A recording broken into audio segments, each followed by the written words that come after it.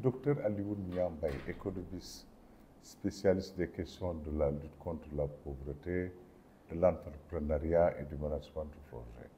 Moi, je pense que je suis partisan d'une théorie très simple.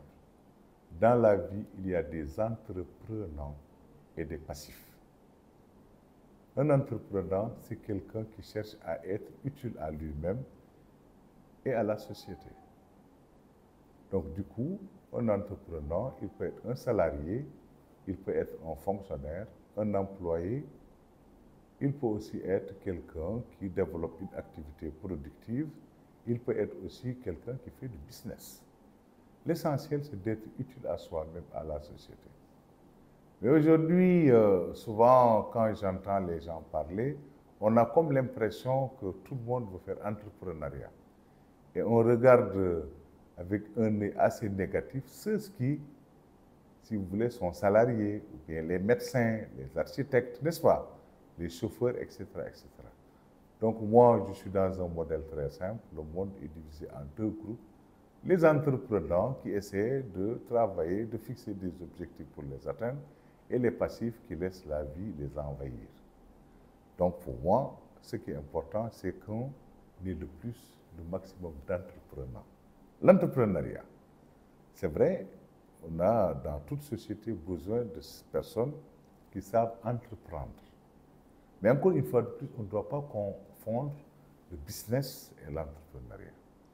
Quand on fait du business, on achète et on vend. Et on cherche un bénéfice.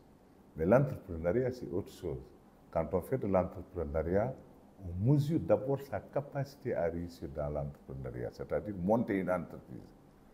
On mesure sa propre motivation, parce que quand la motivation n'est pas bien cernée, on peut ne pas réussir en entrepreneuriat. Mais aussi, il y a le troisième facteur, c'est-à-dire chaque personne qui veut faire de l'entrepreneuriat doit essayer d'étudier son profil. Est-ce qu'il a le profil d'entrepreneur? Parce qu'il n'est pas entrepreneur qui veut. C'est après avoir franchi ce cap qu'on va à la deuxième étape, c'est-à-dire accepter d'appliquer un cheminement logique qui te permet de créer une entreprise.